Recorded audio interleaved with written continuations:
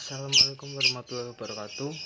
Nama saya Sadamandri Mustafa, NIM 21020010123 dari kelas manajemen AF2. Di sini saya akan menjelaskan tentang BMC untuk tugas UTS, yaitu BMC yang sudah saya buat.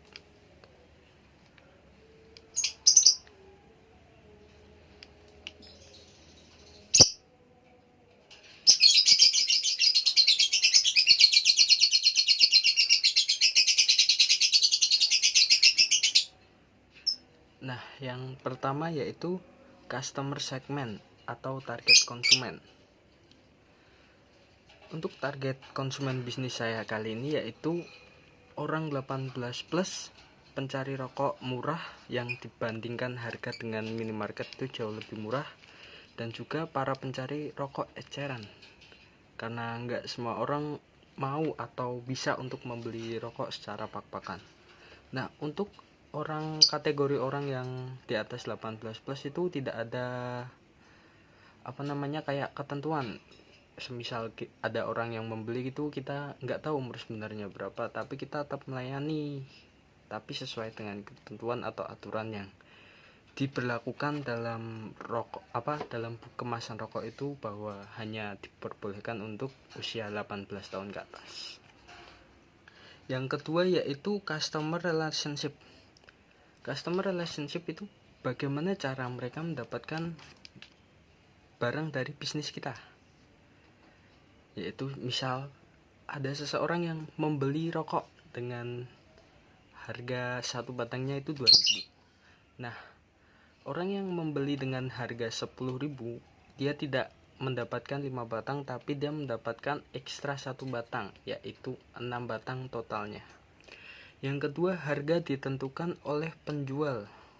Nah, misal kita ada seorang pembeli dan kita mengenali pembeli tersebut karena orang itu sudah lama membeli dan sering membeli, maka apabila mereka ingin membeli rokok tapi uang mereka kurang, maka kita perbolehkan untuk mereka membayar kekurangannya lain hari.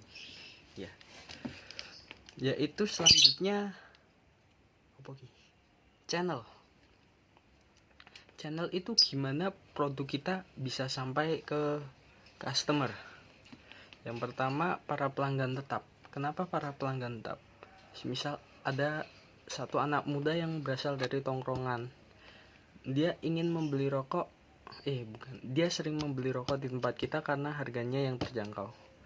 Maka saat dia membutuhkannya, dia mengajak teman-temannya ke tempat kita, dimana yuk beli yuk di tempat sini murah, dan gitu. Maka akan bertambah customer dari teman mereka.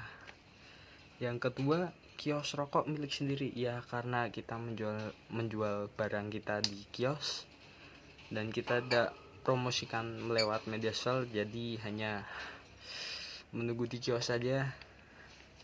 Selanjutnya, value proposition. Value proposition tuh produknya apa dan bagaimana? Ya, produk yang kita jual ada bermacam-macam lah, rokok, kopi, korek. Dan yang perlu kita ketahui bahwa produk kita itu harganya lebih murah jika dibandingkan dengan minimarket pada umumnya. Bisa diecer juga.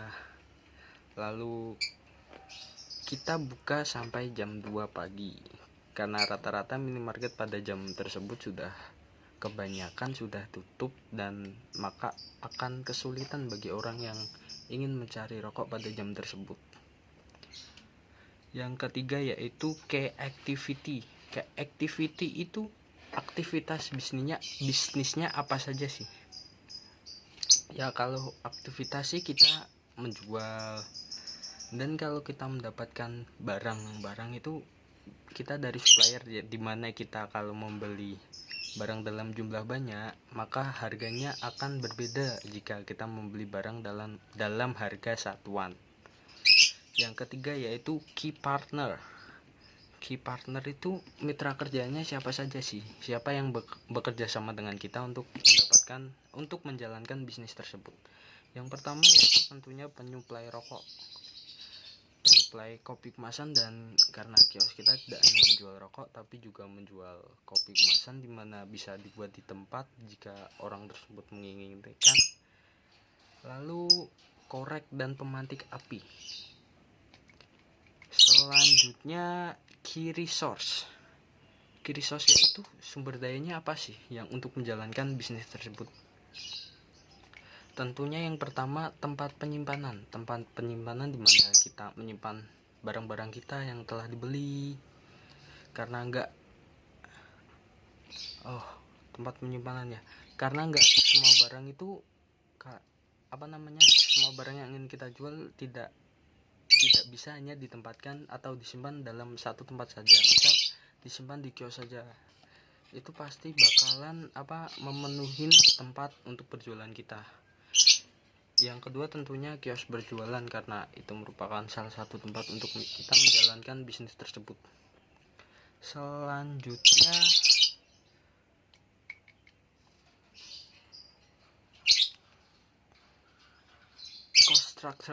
cost structure itu rincian atau biaya apa saja yang kita keluarkan dalam menjalankan bisnis tersebut. Yang pertama tentu saja biaya pembelian rokok, korek, dan kopi kemasan, dimana itu merupakan barang-barang utama yang kita jual dalam bisnis tersebut. Lalu yang kedua biaya listrik dan air minum. Nah, biaya listrik itu kita gunakan sebagai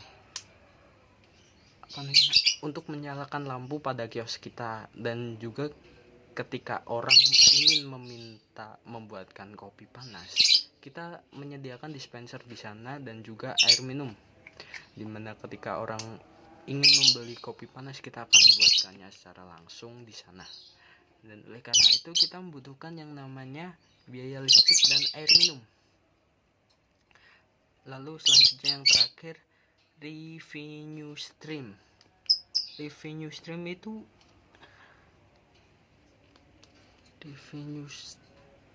pendapatan kita atau keuntungan kita dari bisnis itu apa sih?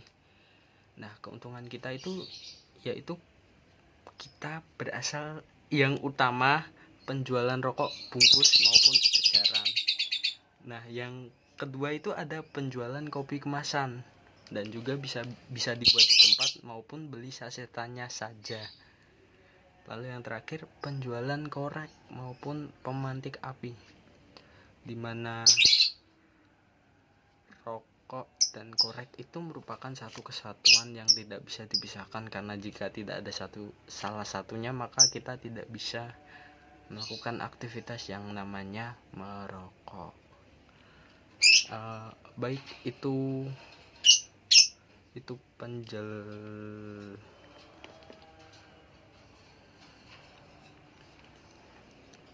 penjelasan saya tentang bisnis model kanvas, yaitu kios rokok. Nah, sekian. Wassalamualaikum warahmatullahi wabarakatuh.